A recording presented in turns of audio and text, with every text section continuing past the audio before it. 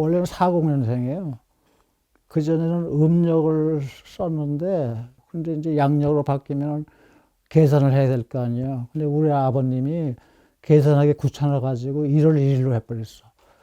41년 1월 1일생으로 해버렸어. 원래는 음력으로 23일에서 40년생 용띠예요, 원래는. 천왕이 항복할 때 라디오에서 그 항복 연설문이 나왔어요, 옛날에. 그 엉성한 라디오에서. 첫 기억인데, 그때 우리 아버님하고 친구분들하고 이렇게 방에 앉아서 항복 목소리를 들은 기억이 있어. 꼬맹이가 그 옆에 앉아서 들은 기억이 있어. 그게 처음 이제 지금 윤영기 씨 첫 기억이에요, 그게. 그때는 우리는 꼬맹이니까 아무것도 모르잖아. 근데 이제 갑자기 미아리 쪽에서 원남동이라고 지금 창경궁에서 남쪽으로 내려가면은 거기서 한 5, 600m 내려가면 큰 길가에 집이 있었어. 근데 내 기억에는 인민군들이 들어왔는데 탱크에서 대포를 쐈어. 근데 이제 그것이 우리 집 1층에 대들보에 박혔어. 대포알이. 그게 기억이 나고 10대 한 17, 8 먹은 청소년 군인이 우리 할머니 보고 냉수 좀 달라고. 그러니까 할머니가 이제 그 설탕물 타서 그 청소년 인민군한테 준 기억이 있어. 그리고서 석 달 동안인가 이제 거기에서 살았죠. 서울에서. 피난을 갈 겨를도 없고 갈 데도 없고 그래가지고. 그러다가 이제 중공군이 넘어왔잖아. 중공군이 넘어왔을 때는 일사후퇴라고 그래요. 1월 4일 날이니까. 그래서 그때는 충청도에 그 옥천이라고 있어. 대전 아래. 거기에 이제 외갓집이 있었어요. 그걸로 이제 어머니랑 뭐 할머니, 엄마, 내 형제들하고 그쪽으로 피난을 갔죠. 그래서 이제 수복될 때까지 거기 있었지. 시민중학교는 4학년 때 6.25 전쟁이 났으니까 내가 들어서는 권영우 선생님이라고 한 분, 동양화 하는 분. 뭐 특별한 가르침보다도 이제 대입실 준비하니까 가끔 오셔가지고 이제 그림 지도해 주시고 이제 그런 거죠. 미술실이 있었으니까 미술실. 그냥 그림이 좋아서 어릴 때부터 끄적거리고 근데 뭐 잘 그린다는 생각은 없었어요. 근데 중3 때 이제 미술대학을 가는 게 어떠냐. 근데 그 결정적인 건 내가 수학을 못해. 수학. 근데 미술대학은 수학 시험을 안 보잖아. 그러니까 이제 만만한 게 아마 미술이 아닌가. 그러니까 무슨 결사적으로 내가 화가가 돼갔다 그런 건 아니고 자연스럽게 그렇게 되는 거고. 그때 아마 그 벽전인가, 앵프로멜인가, 덕수궁 돌담에서 젊은 작가들이 왜 앵프로멜인가 도입을 하면서 거기서 전시했잖아. 그건 좀 기억이 나는 것 같아. 실험 미술 같은 거. 그리고 이제 우리 고등학교 때는 늘 가을이면 국전 있잖아. 국전에 단체로 이제 가는 거야. 저기 경복궁 안에 전시장 있잖아. 그러니까 이제 미술 행사면 국전만 하는 거죠. 그러면 이제 대통령상, 뭐 장관상 쭉 있고, 권영우 선생은 굉장히 신선한 그림을 냈어. 그래가지고 문교부 장관상까지 받으셨다고 그랬어. 그때만 봐도 굉장히 좀 고루한 화풍이 아니라 아주 신선한 그림을 그렸다. 그렇게 기억이 나요.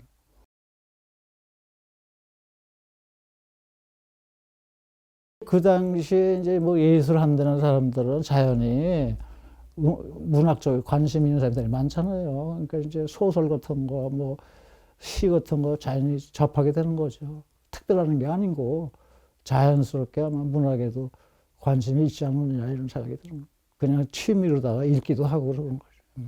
그때는 이제 우리나라에 아마 실존주의가 그 무렵에 고등학교 무렵에 처음 들어온 것 같은데 번역서가 그러니까 이제 호기심에 이제 그 실존주의가 뭐냐 하니까 뭐 궁금하잖아. 그러니까 이제 자연히 읽게 되고 뭐 깊이 공부한다는 게 아니라 그냥 수박 겉핥기 식으로 실존주의가 대가 이런 거로구나 그런 식으로 이제 좀 읽은 것 같아요. 그때 처음 들어오니까 호기심에 읽어본 거죠. 그냥. 지금 다 마찬가지인지 모르겠어. 무슨 교수가 특별히 무슨 가리키는 게 아니라 와서 이렇게 들여다보고 이렇게 말 몇마디 해주고 그런 시간인가 그런 생각이 들어요. 등록금을 댈 만큼 집이 이렇게 가난해서 그때 등록금 내 기억이 9,800원이야. 근데 그 돈이 없어가지고 근데 내가 기억은 지금도 마찬가지지만 여학생들이 많이 들어와요. 공부도 잘하고 그리고 부유한 여학생들이 많이 들어오고 남학생들은 공부 잘하는 애들은 법대나 저기 가잖아. 상과대학 가잖아. 공부 못하는 애들이 많이 들어오는 거고 또 돈도 없는 애들이 많이 들어오고 그래서 중퇴하는 애들이 상당히 많아. 나뿐만 아니라 많이들 중퇴를 했어. 지금도 아마 대다수 여학생들이 많이 있을 것 같아. 미술대학은 남학생보다. 이제 먹고 살아야 되니까. 근데 이제 그 생기는 게 굉장히 막연한 거예요. 돈을 못 버는 거예요. 저학력에다가 정기주기라는 게 아니라 비정규직도 아니고 그때 유행어가 뭐냐면 우리 같은 처지를 비아프라라고 그래서 비아프라 세대 처음 들어보죠. 비아프라라고 그 아프리카에 가장 빈국이 있어. 가난한 나라. 동료들 만나면 우리가 비아프라 세대다 하고 막걸리 먹던 생각이 있네요. 자국 깨면은 어떻게 하면 돈을 버느냐 하고 헤매고 다니는 거예요. 그래서 이제 동아일보사 있잖아, 현재.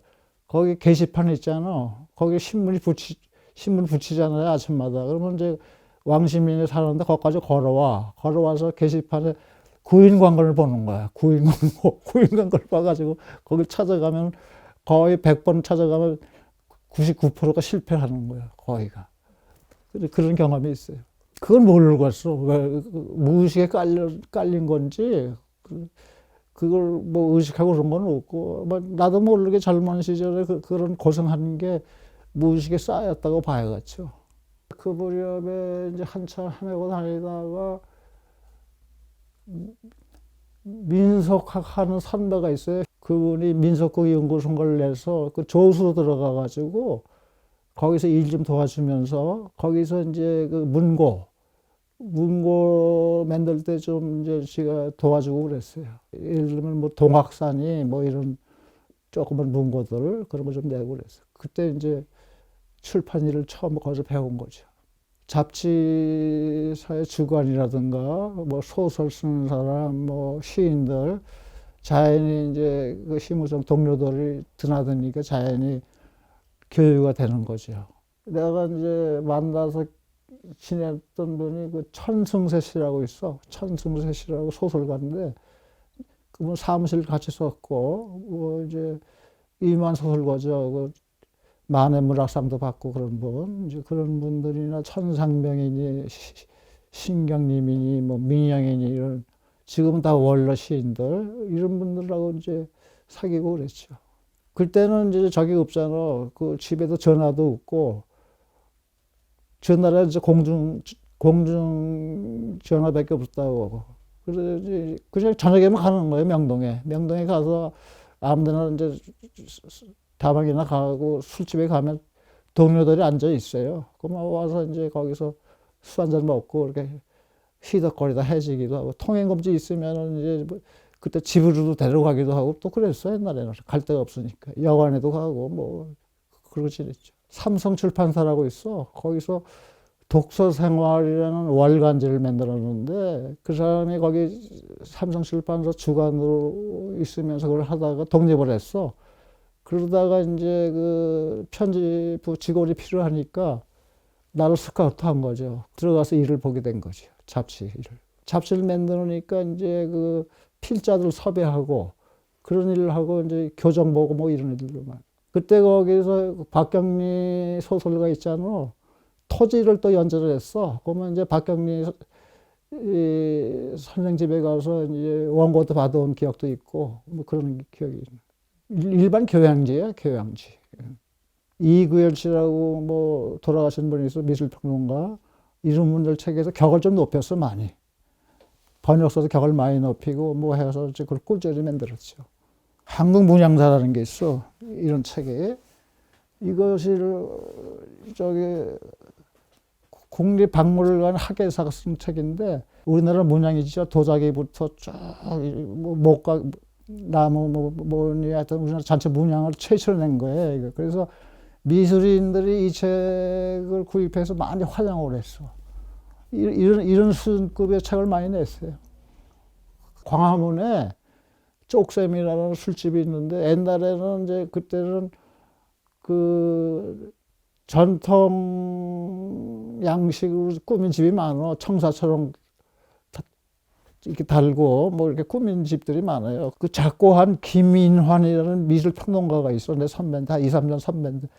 그 사람이 술집 주인하고 친구라서 어떻게 얘기가 돼가지고 거기서 좀 전시 좀 한번 하자. 그래가지고 어떻게 거기서 이제 한번 하게 된 것 같아. 그 청계천에 책방이 많았어, 옛날에. 그때 이제 잡지니 뭐 라이프 잡지니 뭐 여성지니 이런 거 해서 다 콜라주로 해가지고 4, 5 정도 크기로다가 만들어서 그래서 이제 그때는 이제 그 제작비가 없잖아.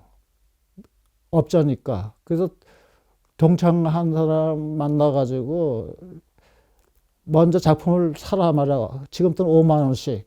5만 원씩 한 10명 정도 이렇게 사귀어서 한 50만 원 정도 거둔 것 같아. 그걸 가지고 이제 잡지도 사고 액자도 맞추고 이렇게 해가지고 전시 끝난 다음에 한 전씩 다 놀아줬어, 그걸. 예, 그런 기억이 나네. 동창들 도움을 받은 거지. 친한 애들이 이제 한 10명 정도 보낸 거 도와준 것 같아. 한 60점 돼요. 왜냐면 액자를 양쪽에 했어. 양쪽에다 붙였으니까 한 60여 점 되는 것 같아.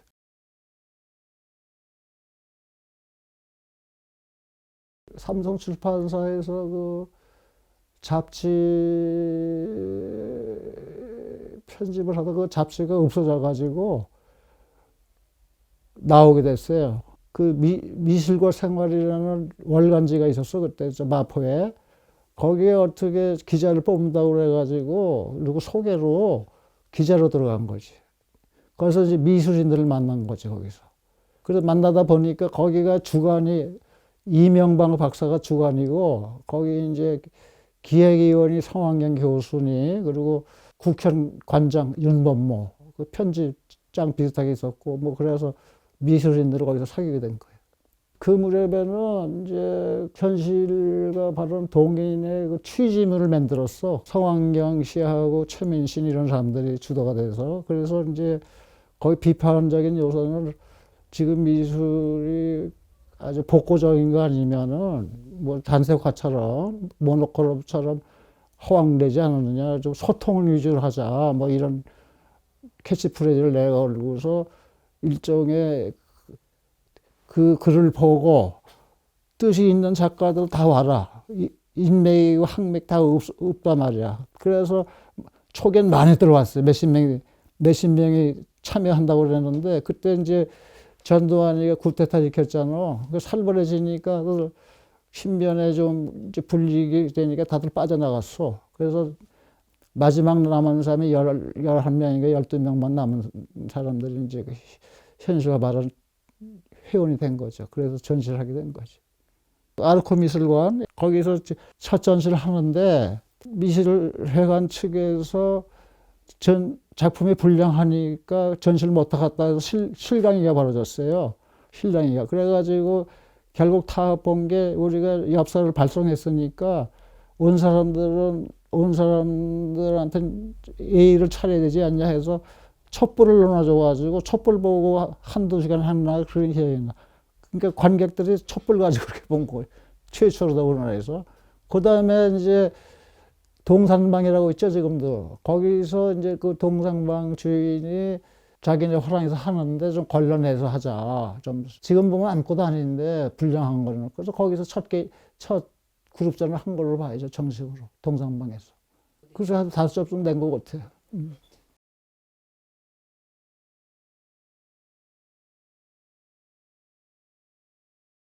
그거는 그 기독교를 비판한 건데 남한 사회를 지배하는 세력들이 첫째 기독교인이 된다. 조건이. 두 번은 영어를 잘해야 된다. 그러니까 미국에서 학위 받은 애들이 여기 전부 대학사에다 이렇게 하고 있다. 그리고 대다수 기독교 신자가 아니냐, 이 주주사회가.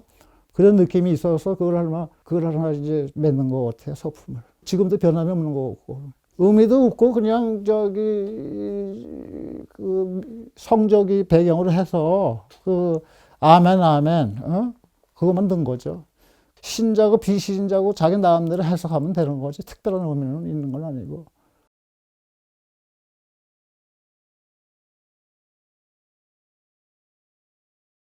북한의 특공대가 청와대 기습하러 내려왔잖아. 왜 김신정과 지금 나에게 비슷한 그 사람만 살고 30여 명이 내려왔는데 청와대 특혜로 내려왔다가 이제 종로 경찰서에서 출동을 했잖아요. 근데 이제 그 특공대 애들이 갈겼잖아. 그 총자들이 많잖아요. 그래서 그 소재로 해서 천상명 시를 뒤져보는 게 그런 시가 하나 있어가지고 거기다가 맨들에서 맺는 거죠. 짜집게 해서. 무의식에서 쌓였다가 우러나온 것 같아요. 그냥 특별한 게 아니라. 그래가지고 우리 현 사회의 한 일각의 문제를 제기하지 않았느냐 이렇게 보는 거죠.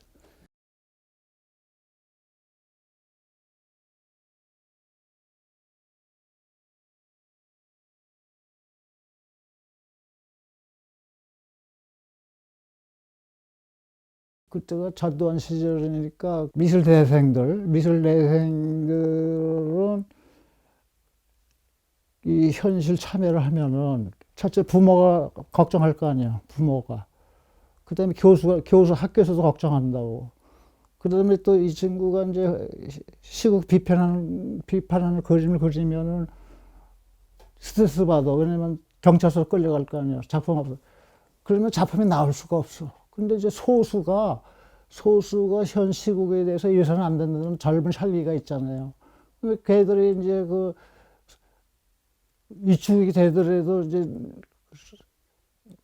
누가 이제 돌멩이 들면 도끼 들게 돼. 혈기가 넘치니까. 그럼 좋은 작품이 나올 수가 없어요. 그러니까 이제 그래서 전시를 하잖아. 신전인가 뭘 했어, 애들이. 막 앞서가고 막 그랬잖아. 잡아가고. 그리고 벽화 그리면 또 잡아가고 뭐 난리 쳤잖아요. 그런 사례가 막 나오잖아요. 나오니까 이래서는 안 되겠다. 미신들이 다 모여가지고 이게 힘을 합치자 해서 민미협이 생긴 거죠. 자연스럽게.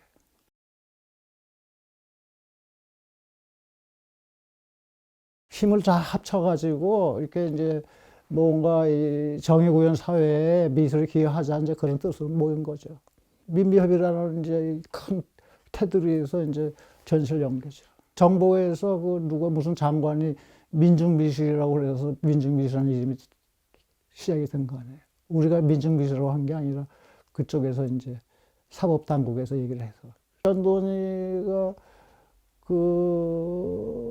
오래 집권하려는 야심이 있으니까 개헌을 해서 그때는 웬만한 대중들은 전부 호응을 했어요. 그러니까 이제 가두 시위도 하고 뭐 이제 이러다가 아무래도 내가 대표니까 제일 이름이 앞에 나올 거 아니에요. 제도권 미술인들도 좀 끌어들이려고 애를 썼는데 거의 거기서는 거절했지. 들어오진 않았어, 그 사람들을. 그러니까 이제 그 이름이 맨 앞에 나오니까 무슨 유언비어니 뭐 이런 걸로 걸어가지고 나를 이제 구속시킨 거죠. 아유, 겁이 많이 나죠, 그럼. 겁이 많이 나지. 그때 박정철이라고 고문해서 죽은 학생이 있잖아. 왜? 탁 하니까 억하고 죽었다고. 그 친구를 위해서 우리가 반고문전이라는 걸 열었어. 그때도 종로경찰서 형사들이 쭉 오고 엄청나게 또 티격태격하고 그래서 이제 끌려갔잖아. 조사를 받았는데 그때 유화정곡이 된 거야. 박정철 때문에. 그렇지 않으면 나도 고문당했겠지. 그래서 그냥 조서 꾸미고 하루 이틀인가 조서 꾸미고 그냥 풀어준 거예요. 그 박정철 덕에 난 나왔다고 보고 있어 지금도요. 그건 안 할 수가 없는 게 내가 대표로 돼 있잖아. 대표로 돼 있으니까 그걸 해야지 어떻게. 대표로 안 되면 도망 다녀야지. 나는 용기가 없어 사람이. 등치도 작지만 억지로 된 거죠. 그때 초대 회장이 손장섭 씨라고 그 유명한 화가야. 내가 아주 존경하는 동료인데 그 친구 초대하고 이제 이대 때 신학철하고 나하고 공동대표를 했나 그래. 신학철 씨가 고생을 많이 했지. 깜빵에 들어가고 석 달인가 살고 고생 많이 했어. 신학철 씨가. 작품 다 압수당했잖아. 모내기인가. 신학철 씨하고 인터뷰하면 참 처절한 얘기가 많이 나올 거예요. 그때는 구속되는 사람이 한둘이 아니니까 그러려니 했겠죠. 거기 남영동에 끌려와서 그 죽도록 고문받은 사람이 한둘이 아니잖아. 김근태니 뭐니 엄청난 사람들이야. 고생한 사람들이. 최민아가 그걸 건의를 해서 그동안 이제 압수당하고 핍박받아 작품들을 골라서 흑백 프린트를 요만하게 하나 만들었어. 근데 여기 없어. 어디 갔는지 그거.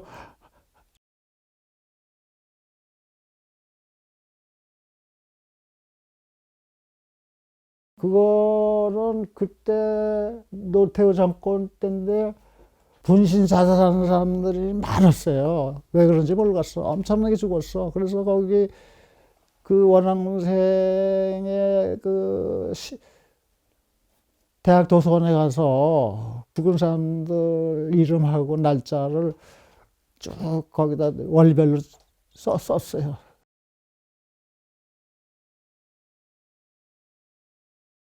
쓰고서 그다음에 그 사진 있잖아. 사진이 한겨레 사진 기자가 찍은 사진이야. 근데 쇼킹하더라고. 그 백골단이 그 장례식장 그 영안실을 뚫고 들어오잖아. 그런 사진이 어디 있어. 그래서 그걸 대비시켜 가지고 그 끔찍한 사진도 비워주면서 자살하는 사람들을 그런 사람들이 극락에 가라는 걸 비는 거죠. 그런 뜻이지. 그게 박창수 씨인가 노동자인데 그 사람이 그 영안실에 있던 사람이 거기서 그쪽에 노동단체에서 상당히 이제 데모하고 그랬어. 그래서 그걸 노동단체에다가 그 인쇄를 해서 그거를 한 1000장 이상을 준 것 같아. 그걸 쓰라고 홍보용으로 그 작품을 줬어요.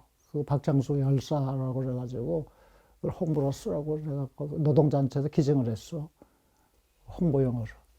그 노동단체에서 강력하게 반발해서 거기 동조하는 의미에서 내가 그걸 전단으로다가 인쇄를 해서 그걸 보낸 거예요. 쇼킹하잖아, 지금 봐도. 그래서 한겨레 신문, 그때 그 한겨레 신문에 박재동 후배가 만화를 했잖아. 그래서 박재동이 통해서 그 찍은 사진 작가를 만나서 동의하에 그걸 갖다가 씌웠어요. 백골단이라는 게 이제 그 진압 경찰에 특공대 비슷한 애들이야. 그 저기 몸이 좋은 애들. 흰 보호구를 쓴 걸로 해서 아마 백골단이라고 그런 것 같아.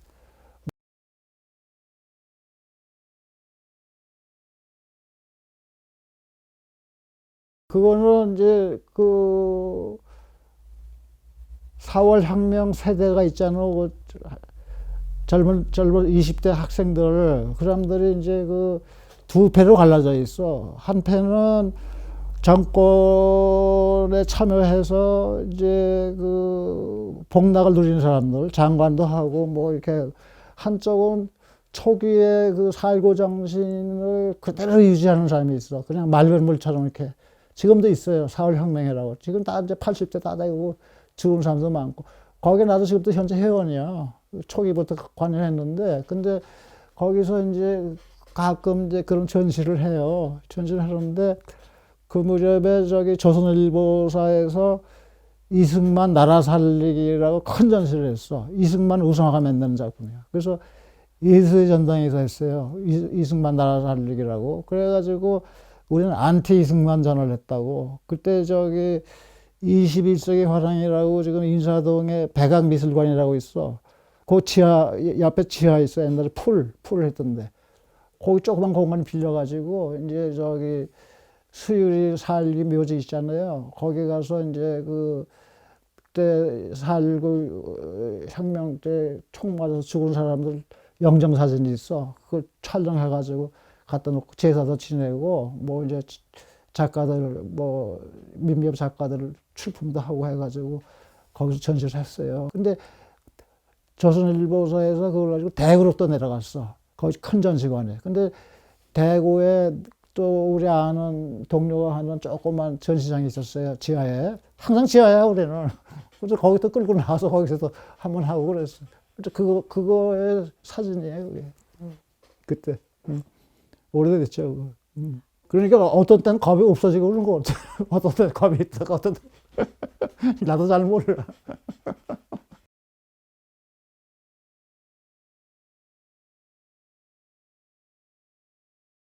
정부에서 88 올림픽을 처음 하잖아, 올림픽을. 그러니까 올림픽 공원 있잖아.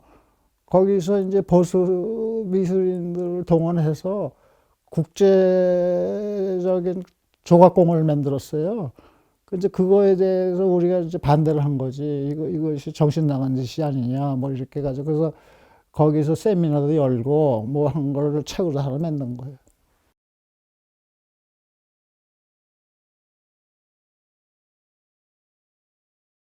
보수 계층의 작가들은, 조각가들 이런 사람들은 열심히 참여했고, 비정들은 이것이 정당성이 없느니 여러 가지 이유 들어가지고 반대를 한 거죠.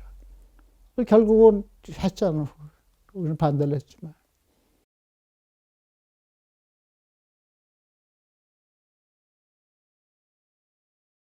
그거는 이제 그것도 누구야? 두샹의 그 뭐지? 그 계달이라는 나부 있잖아. 나부를 갖다가 이제 5에서 5 정도는 형상으로 한 거죠. 그래가지고 권력을 풍자한 거죠. 위에서 5점을 주잖아. 그럼 밑에서 5점 맞고 5점 줄기가 쭉 하니까 사람 위에 사람 없고 사람 밑에 사람 없다는 인권 선언이 있잖아. 그게 완전히 이제 거짓말이라는 걸 풍자한 거죠. 5점 줄기를 만든 거죠. 그걸. 음.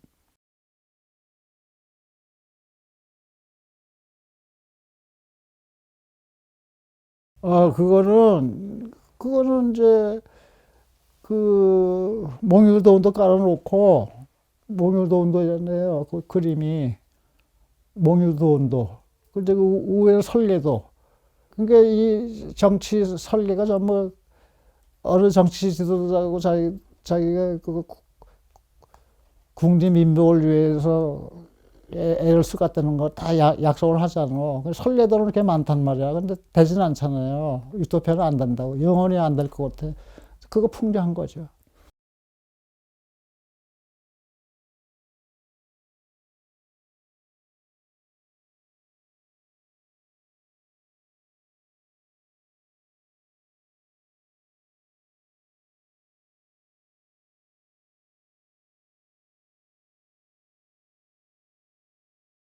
패러디한 거죠.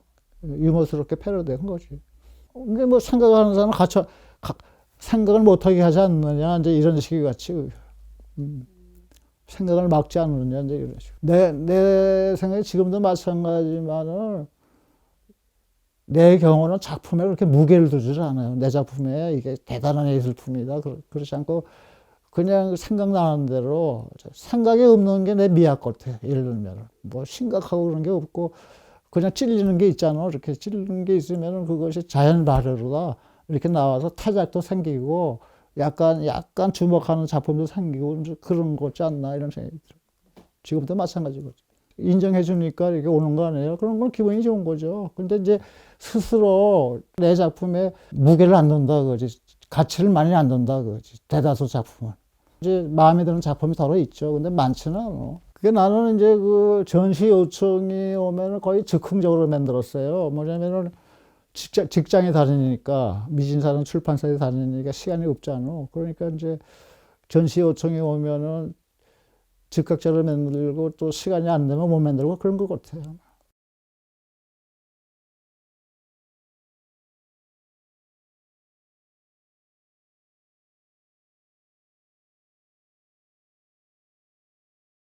그걸 장난기로 한 거예요. 뭐냐면은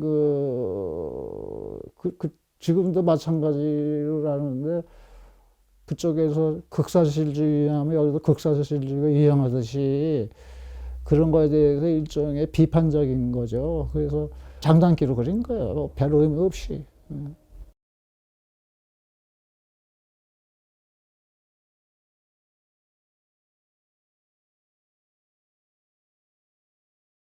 그때 그 유행하던 그 뭐지, 모노크롬이라고 그러나? 그거 풍자한 거죠. 그거 풍자한 거. 모노크롬. 그때만 해도 뭐 먼데른 호텔이 개를 내는 봄비 같은 거는 장난으로 알았지, 그것이 뭐 무슨 예술 영역에는 들어오지 않는 거죠. 보수적인 평론가들 눈에 보면, 보수들 미술인들이 보면 아무것도 아니에요. 쓰레기로 바꿨지, 그때. 지금도 그 단색화 열심히들 하잖아. 뭐 박서본이 뭐 이우환이 등등 열심히들 해요. 난 그건 인정을 해. 어떤 자기 취향으로 열심히 하는 거는. 근데 이제 그게는 전부가 아니다, 그거지, 얘기는. 상대방을 인정하는 그런 나는 됐어요, 이제. 그냥 무조건 비판하는 게 아니라. 근데 그때만 해도 뭘 하는지 모르겠어. 왜냐면 지금도 마찬가지인데, 이제 그 도록을 보잖아. 도록을 보면 이렇게 두꺼워. 근데 냉기면 그냥 비슷해, 내가 보면은. 뭐 변함이 없어. 근데 이제 그것이 뭐 작가는 그래도 많이 변화를 주고 뭐 저쪽 철학을 얘기하는데 아직까지는 이해를 못 하겠어. 그런데 인정을 해요. 나는 단속화 열심히 하는 사람은 그 사람대로 또 몸을 바쳤으니까 인정하지. 그건 완전히 제로다 이런 얘기는 안 하는데도 물 같다고요. 아직도 단속화에 대해서. 솔직한 얘기가.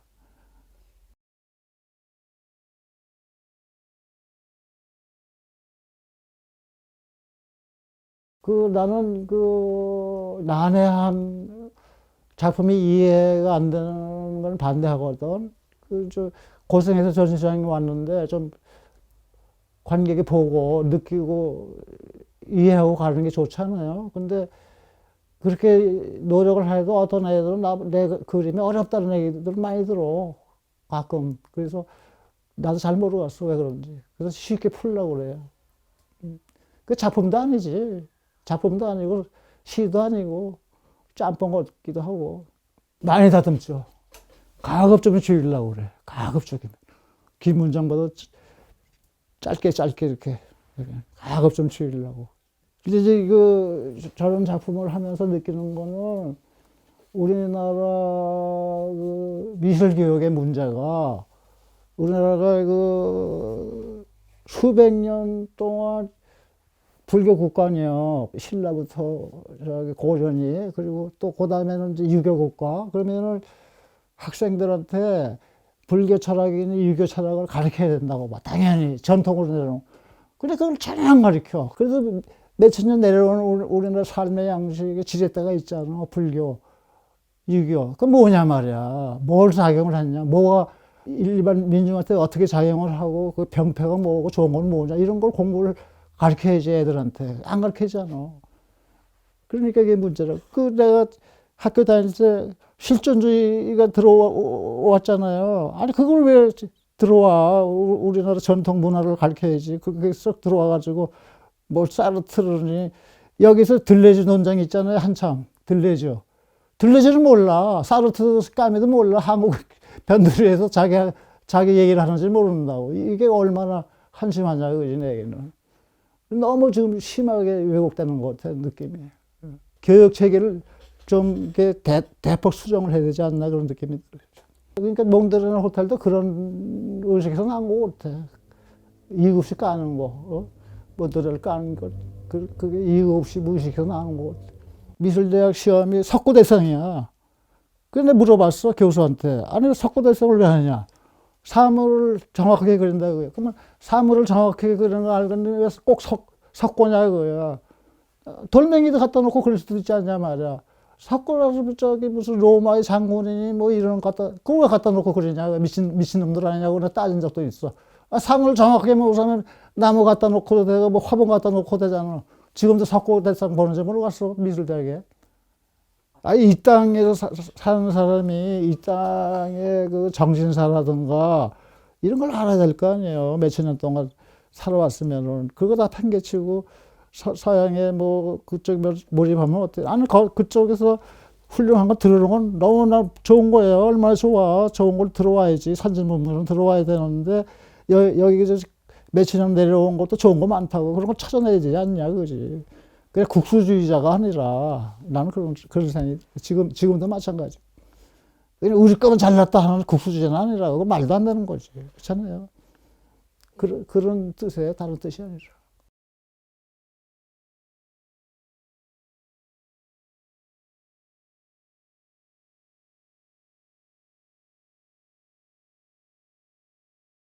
은평구 전화번호 있잖아. 전화번호를 구입을 해서 다 붙인 거야, 전화번호를. 다 붙여가지고 거기다 내 그 자작실 하나 붙였는데 그게 지금 아트 선재센터 있잖아요. 거기 소장돼 있을 거예요. 소장돼 있어. 거기 수십만 인구가 살 거 아니에요, 은평구에. 거기 한 사람이다, 그지, 내가. 뭐 잘난 게 아무것도 없고, 모든 인간이 다 똑같다. 70억 인구 다 똑같다. 무슨 이계가 없다. 막 그런 의미에서 다 불교 철학적으로 다 평등한 사람들이다. 뭐 그런 의미가 쓴것 같아. 잘나고 잘못난 사람이 없다. 이제 그런 의미 같아. 불교 철학으로 이렇게 한 거. 바른 말로 한 것 같아, 내가 보면.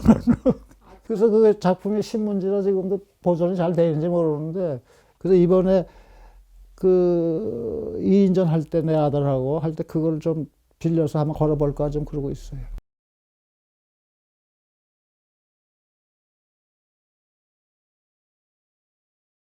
그거 상당히 내가 이제 요만한 스티커 있잖아요. 요만한 거. 길거리 다니면서 무작위로다가 버려진 물건들이 있잖아요. 뭐 별게 다 있어. 그걸 한동안 수없이 주웠어. 그것만. 주워가지고 스티커에다가 그걸 붙인 거예요. 이게 이제 작은 스티커 물건들이에요. 별게 다 있어. 이것이 의상대사라는 사람이 있어요. 원효하고 같이 시대에 이 사람이 중국 유학 가서 이런 도형을 만들었어. 불교 철학을. 이 도상에 맞게 이렇게 붙인 거예요. 이렇게. 그래서 이거를 언제고 사찰에다가 벽화를 만들면 어떨까 하는 생각이 들었거든요. 근데 이걸 작품이 훼손이 돼가지고 지금 어디 간지 모르고 그래서 다시 만들까 그러는데 너무 힘이 들 것 같아.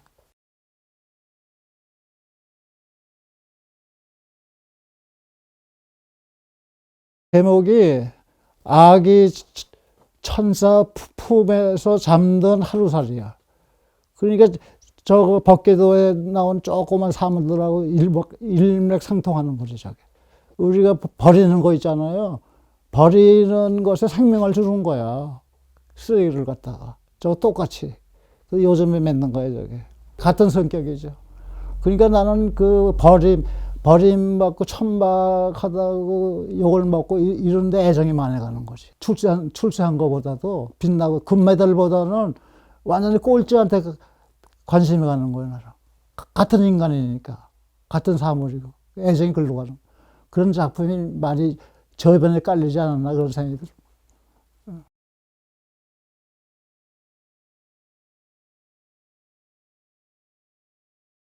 이게 그 한강 지도 있잖아요. 한강 다리고 이건 지도, 한강이고 이건 지도예요, 지도. 그래가지고 여기 점선이 있잖아. 점선이 이제 몽이병자가 이렇게 다니는 거야, 그렇게. 그래서 별 의미는 없어요. 그렇게 헤매고 다닌다, 그지. 일사 해석하면은 이제 산업화되고 도시화가 되잖아요. 다리가 많이 나지만 옛날에 다리 2개밖에 없었다고 우리 어릴 때는 기차하고 인도교하고 그래 지금 수십 개 되잖아요. 그렇게 할수록 이제 산업화가 점점 진정이 되고 도시화가 되는 거 아니에요. 거기에 적성이 안 맞는 사람들은 몽유병자밖에 되지 않냐 이제 이런 의미로 아마 부각하지 않았나 이렇게 생각이 들어요.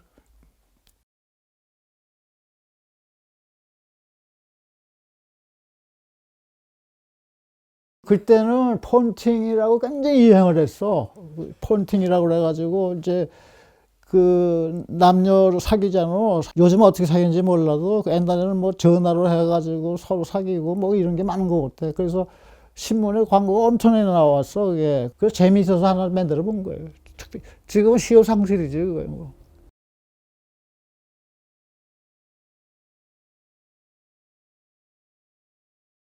그거 작품 만들 때부터 그 출산율 문제가 많이 나온 것 같아, 우리나라에. 요즘에 출산율이 더 나빠지잖아. 그래서 이제 인구 감소가 되는 거 아니에요. 그 출산율 문제, 그래서 아마 그걸 맺는 것 같아. 내가 보면.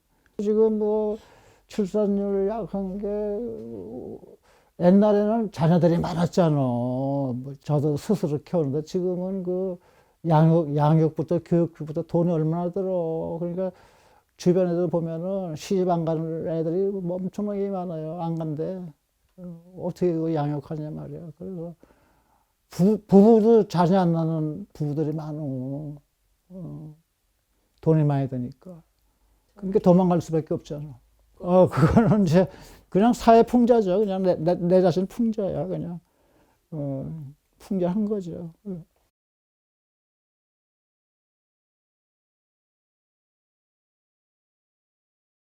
신호등은 그 애기 고래가 신호등으로 바뀌는 거예요. 이렇게. 고래는 바닷속에서 자기 자유자재로 논단 말이야.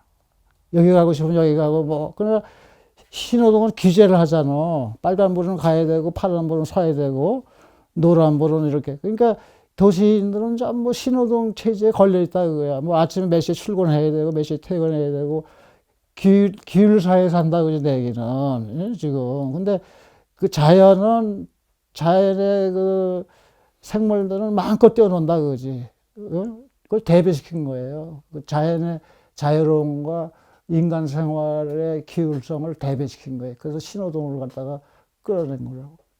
그게 조금 철학에 들어간 거예요, 그게. 내 체질이 심각한 거 뭐 이런 거보다도 해학적이고 좀 유머스럽고 이런 게 좀 있어요. 좀 옷을 뒤집어 입는다든가 예를 들면은 이런 좀 그런 성격이 있어서 아마 그렇게 나오지 않나 이런 생각이 들어요. 체질 같아요, 내가 보면. 특별한 철학이 아니라.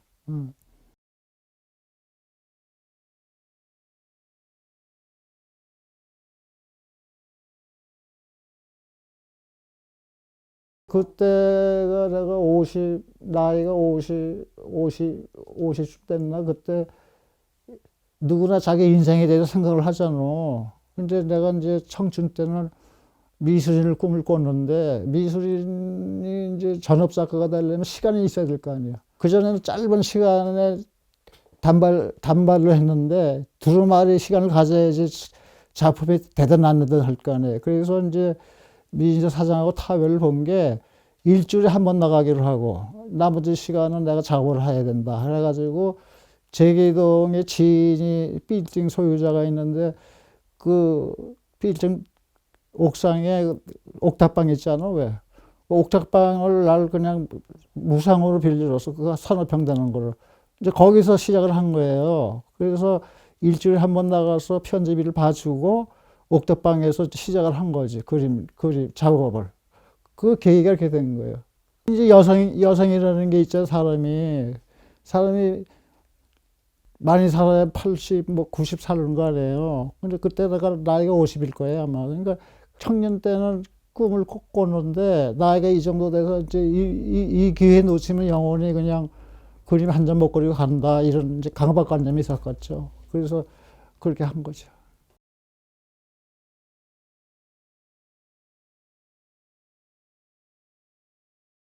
일산서 살면서 화실을 많이 옮겼는데 거의 이제 지하 화실을 얻었는데 장마가 그래가지고 그 캔버스가 막 물에 젖고 그래가지고 사용 불능이 된 거예요. 캔버스에 그 액자 있잖아. 액자를 살리기 위해서 비닐띠 있잖아요. 비닐띠로 이렇게 감아가지고 아침 햇살로 만든 건데 뭐냐면은 그 햇살이 그 우리 어릴 때 자연이 오염 안 됐을 때 오염이 안 됐을 때는 해가 그냥 자연스럽게 비치잖아요. 근데 지금은 플라스틱 공화국 안에 플라스틱. 요즘 애들 오늘 저 뉴스 보니까 애들 젖병에도 미세 플라스틱이 있고 모두 상선에도 미세 플라스틱이 있다는 거예요, 지금. 그래서 그런 플라스틱 하면서 모든 게 산업화되면서 그 부산물이 상당히 그 환경 오염이 되는 거 아니에요. 그래서 이제 그 비닐 걸 갖다가 아침 햇살을 비유를 한 거예요. 그냥 문명 비평으로 보는 거죠. 나름대로.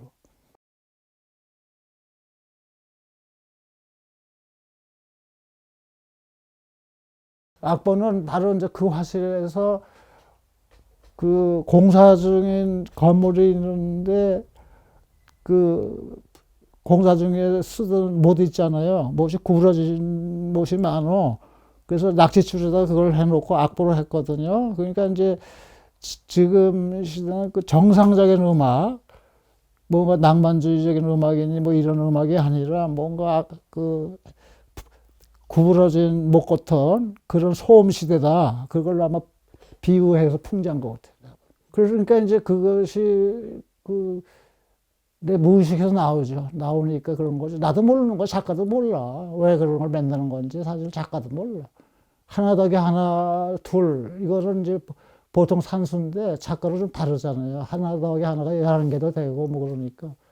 그건 작가도 잘 몰라. 내 경우는 그래. 다른 사람 몰라도. 자기도 잘 몰라. 왜 나오는지. 처질이라고 그랬죠. 체질. 그 나도 작가도 모르는 거야. 그런 거는. 작가가 자기 작품 다 안다는 건 나는 아니라고 보고 자기도 모르게 나와 그렇게. 내 경우는 그래. 다른 사람은 몰라줘. 자기도 모르게 그냥 무의식에서 나온다고. 어떻게 할 수가 없어. 내가 만들어 놓잖아요. 시간이 지나면 내가 왜 저런 걸 했지? 그런 의문이 많이 들 때가 있어요. 이상하지. 그건 알 수가 없어. 그러니까 그것도 막연한 게 뭐가 나올지 모르죠. 뭐가 나올지. 안 나올지도 모르고 나올지도. 아직은 아이디어가 뭐가 나오니까 뭐 소품도 만들고 그러지만 이제 끊어질 때가 있겠지. 나도 모르죠. 전혀 몰라. 누구 뜻인지도 모르고. 그 앞날은 전혀 몰라. 나도 어떻게 될지. 언제 저 세상 갈지도 모르는 거고 뭐 전혀 모르죠. 그 아는 사람이 누가 있겠어요.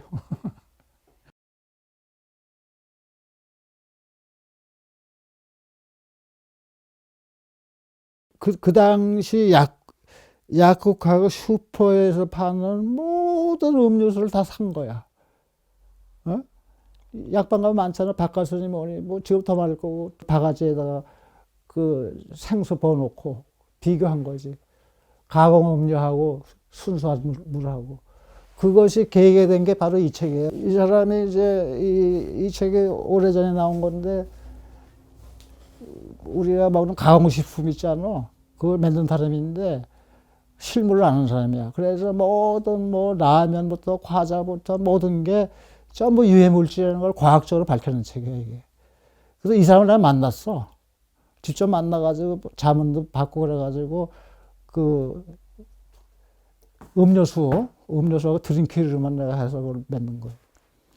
이 사람을 자문을 많이 구해갔죠, 이런 사람.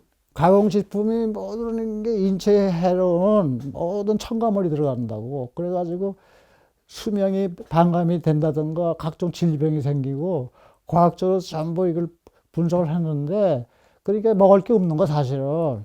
식품에 대해서 우리나라 최초의 보고서예요, 이게. 그래서 이 사람을 만나서 자문을 구해서 물만 가지고 한 번 했어요. 그러니까 내가 어릴 때만 해도 물이 저게 없었어. 그냥 샘물 먹었잖아. 그 외에는 뭐 콜라다 뭐 막 들어왔잖아. 별게 다 들어오잖아. 뭐 별게 오두만 가지가 다 들어온 것 같아 지금. 뭘 마실지도 모르가지고. 별 먹지 말라는 얘기지. 그러니까 나는 이제 그 작가 노트를 좀 하는 편인데 뭐 신문을 본다든가 무슨 TV를 본다든가 책을 보다가 이렇게 찔리는 게 있어. 마음속에. 그 메모를 해놔요. 그 노트를 많이 해놓으면은 그게 이제 작품화되는 경우가 많아요. 요즘 요거 몇 점 해놓은 거 있잖아요. 지금 이렇게 해놓은 거. 이런 것들을 이제 찔려서 맺는 거지.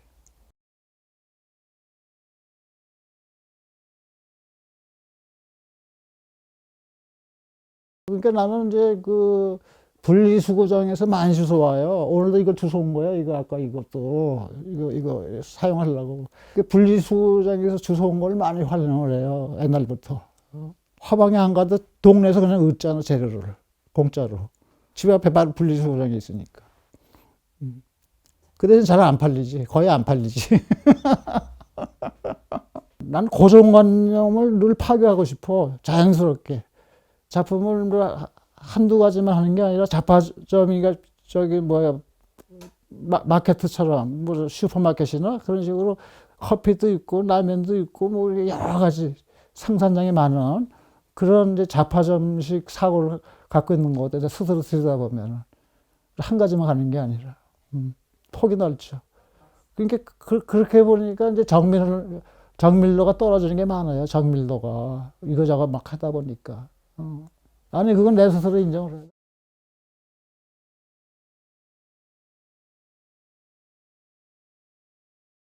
이거는 이건 누구야? 그 데미안 허스트라고 있잖아요. 영국 작가. 얘가 이거 만들었잖아. 해골에서 다이아몬드 박은 거. 이게 뭐 얼마더라? 우리나라 돈으로 98억 5천만 원이라고 써있네. 데미안 허스트하고 이 냄비의 돌은 이 탐욕의 시대라는 책에 브라질의 빈민촌에서 저녁에 애들 끓여줄 밥이 없어. 그래서 돌을 넣고 물을 넣고 끓여. 그럼 애들이 지쳐서 잠을 잔다고. 그러니까 이 빈민촌하고 이거하고 대비시킨 거예요. 뭐 극부하고 극빈하고 대비시킨 거예요. 이 책에 나온 거, 여기 써 있어요. 그리고 1,000억대에 팔고, 이 쌀이 없어가지고 돌에다가 물 끓이는 얘기 난 처음 듣는 게 쇼킹 하잖아. 비교한 거지, 그래서.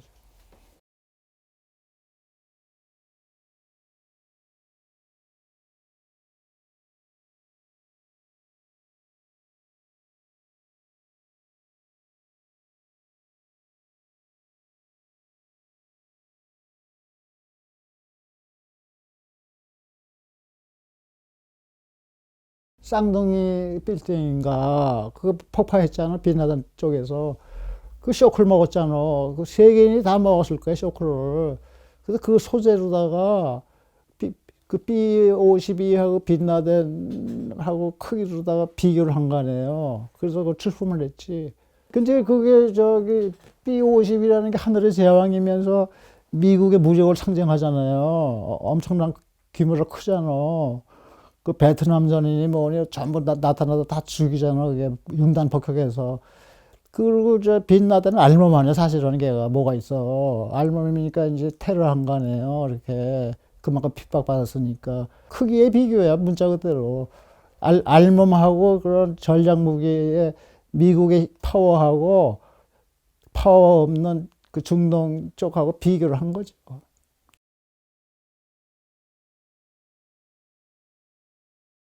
풀이라고 있죠, 왜? 대한공원 풀. 거기에 이제 관여한 뭐 황세주 시인이 백지숙이니 뭐 등등 젊은 미술인들이 있었잖아요. 이제 그 친구들이 내 화실에 좀 드나들면서 이제 왜냐면 내가 60이 먹도록 전시를 못했잖아, 개인적으로.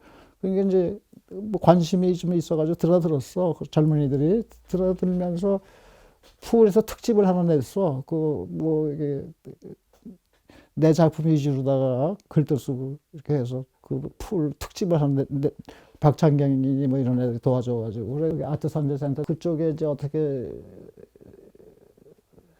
설이 다 가지고 김선정이가 이제 화실에 찾아와서 상의하다가 이제 저렇게 결정이 된 거예요. 그 풀 도움이 많았지.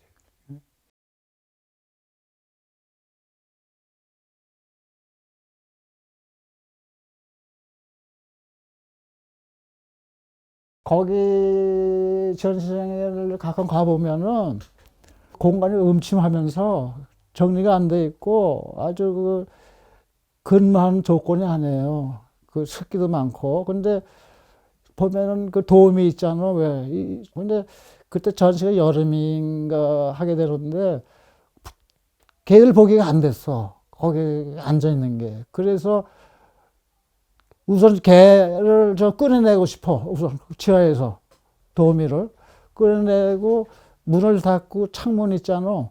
창문 안에다 모니터 설치를 해서 작품을 한 거예요. 그래서 이제 모니터에서 안에다가 이제 기계 설치를 해가지고 거기서 이미지가 나오게 이렇게. 그 출입을 못 하는 거지. 열악한 게 있고, 그리고 이제 계단이 있잖아, 거기. 여름에 그 계단, 좁은 계단에 내려갔다 올라갔다 하는 것도 관객에 대한 결례 같은 느낌도 들고. 그래서 지나가면서 봐라, 그거지. 그런 식으로 한 거. 예술이 뭐 대정치이지 뭐 인간사회를 구제한 뜻이 있지만 할 수가 없잖아. 인간사회를 어떻게 구제를 해. 그냥 한타만 하다가 가는 거지, 어떻게. 방법이 없잖아. 유화는 내가 다뤄보질 않아서 제기된 화실, 얻은 다음에 유화를 좀 많이 다뤄봤어요. 왜냐면 물감 성질이 궁금해서, 물감. 그리고 이제 생계 유지하려면은 이런 복합 재료 같은 건 시장에서는 구입을 안 하니까 그래도 유화가 좀 나가잖아, 시장에서. 그래서 그걸 바라고 유화 작품을 좀 한 거죠. 도깨비는 그 2013년인가 내가 저기 경기 창작센터라고 레지던스가 있어요. 거기 한 3년 있었거든. 아마 거기서 시작한 것 같은데 거기서 그 유년기 시절이 떠오르면은 유년기에는 그 저녁이면은 동네 아저씨들이 우리 집에 모인단 말이야. 얘기하느라고 막걸리 먹으면서 방담하는 거야, 방담. 옛날에 TV가 없잖아. 그리고 라디오 있는 집도 없고 오락거리가 없다고. 그러니까 밤이면 자연히 동네 사람들이 모여서 막걸리 먹으면서 등짝불 켜고 얘기를 나눠. 그러면 옛날 얘기 많이 나오잖아. 무서운 얘기 나면 화장실도 못 가, 무서워서. 조그맹이가 무섭잖아. 근데 그때도 귀신 얘기, 도깨비 얘기, 별 얘기 다 나와. 이제 그런 게 입력이 돼가지고 나이 들어서 다시 이제 그게 나오는 것 같아요. 옛날 생각이. 그래서 시작이 된 것 같아요.